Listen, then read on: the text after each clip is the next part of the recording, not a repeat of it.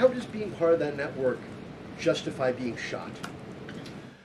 Well, being part of the network doesn't justify being shot, but ramming an ICE officer with your car, that's what justifies being shot. It's not a good thing, by the way, but when you force somebody to engage in self-defense, it's almost a preposterous question. I'm not saying that funding some of this stuff justifies capital punishment. Nobody would suggest that.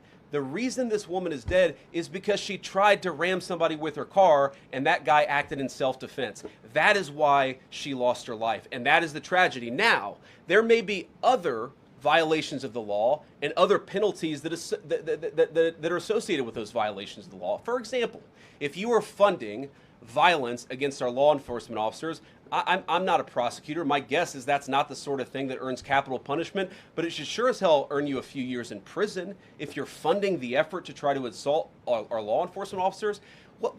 I'm sorry, guys, what's going on here?